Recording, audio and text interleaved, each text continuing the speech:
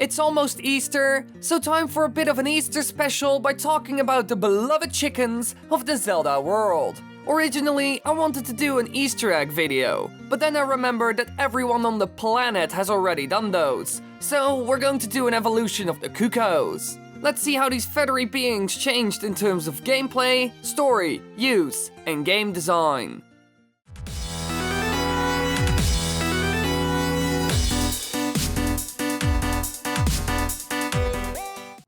They were first seen in what has to be one of the best 2D Zelda games ever made, A Link to the Past, and are found in Kakariko Village. Now, if the CUCCOs were just normal chickens, then nobody would really care about them, since you can't do a whole lot with them. So Nintendo probably thought that it would be smart to attach a little Easter egg to them to make them more interesting. And oh man, they succeeded. I'm talking about the CUCCO Revenge Squad.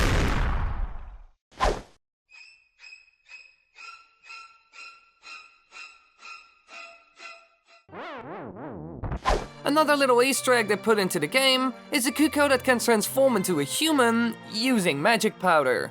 And apparently there's more to these chickens than we think, since the now human CUCCO says that they know you and that the weather vane keeps an eye on you. So could it be their leader, the one who alarms the Revenge Squad so that they can get you?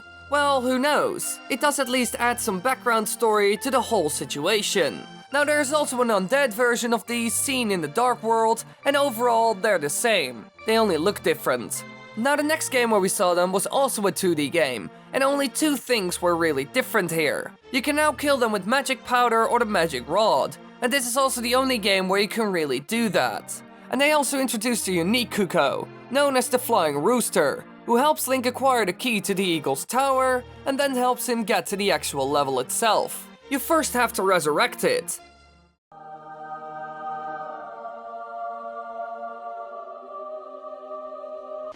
And then you can use it to fly around, which is pretty handy and epic.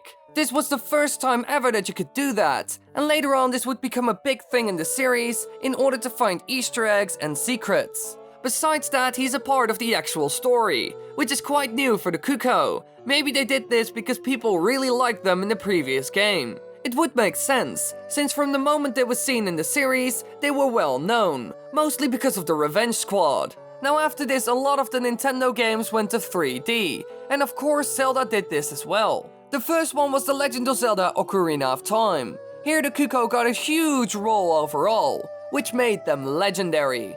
CUCCOs could be found in a variety of places in Ocarina of Time, and again attack Link in swarms if struck. As a new feature, Link could grab one and use it to glide slowly when jumping off a cliff. This was used to find all kinds of Easter eggs and bonuses, like pieces of hearts, so already they got an extra and useful role. They also introduced the CUCCO egg that will hatch in time, and is used to wake up people, mostly Talon. There's also a side quest involving our lovely chicken friends, and the reward is actually really good. You need to find a bunch of lost CUCCOs and bring them back. If you do this, you get a bottle.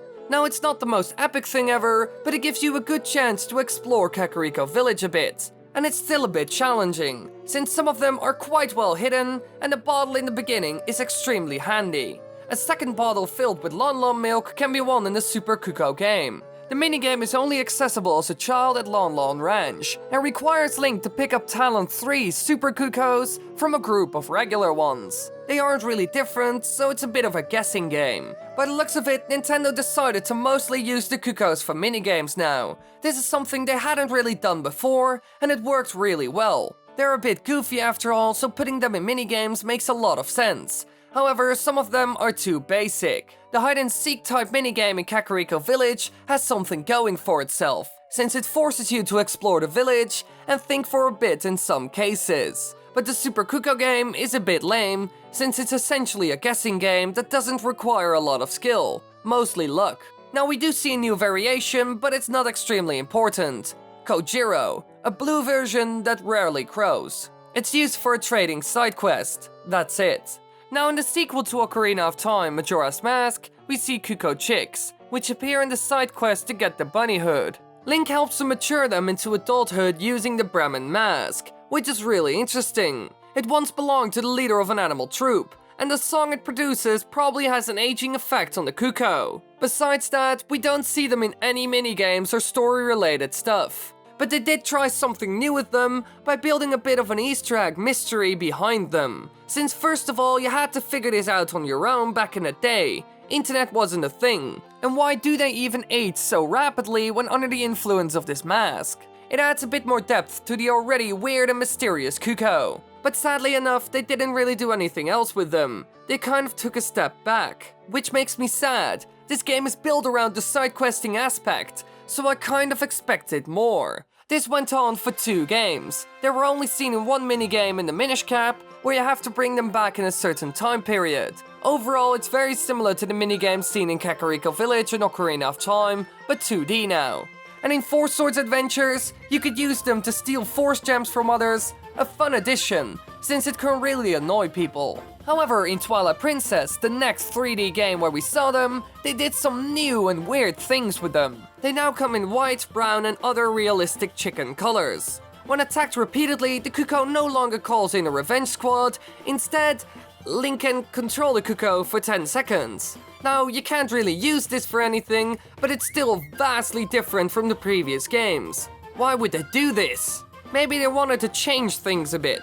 After so many games with vengeful CUCCOs, people kind of expected them to defend themselves. So this would be a surprise for the real Zelda fans, and it does add, yet again, a bit of a mystery to the CUCCO. And you can be a chicken. Epic, right? There's also a white CUCCO known as the CUCCO leader, who leads all the cats in the hidden village.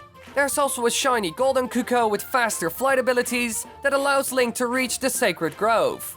If Link speaks to him as Wolf Link, he will sing a familiar rhyme, but with a twist, and all the other CUCCOs can talk as well. So because of the new Wolf Link form and the extra characters they introduced, they made something happen that you wouldn't really expect.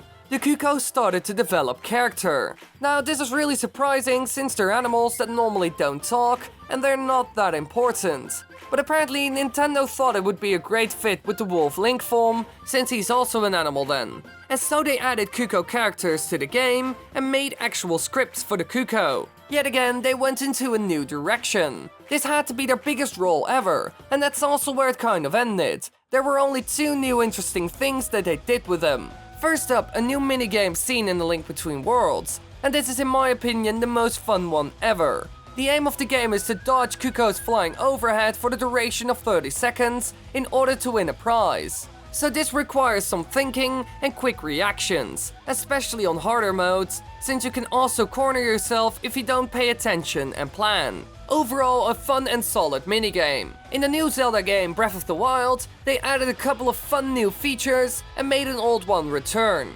The side quest we saw in Ocarina of Time returns, and overall it's extremely similar. Now another thing they did is create more realism, which you can use in your advantage. The CUCCO also wants revenge if someone else attacks it. So if you get an enemy to hit one, then the horde of CUCCOs will come after it and kill it. Unless it has too much health. They will stop at some point.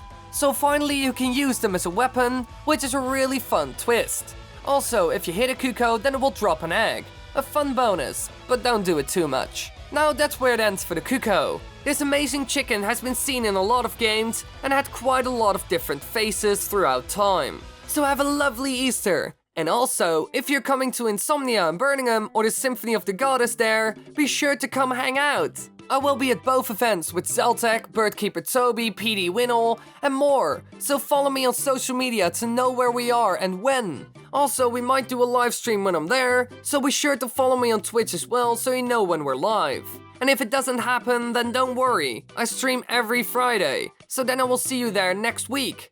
Thanks for watching everybody, I hope you enjoyed. If you want to watch more videos, click the annotations on the screen right now. And don't forget to follow me on social media, cause then we can hang out and stuff and other fun updates and other stuff, and yay!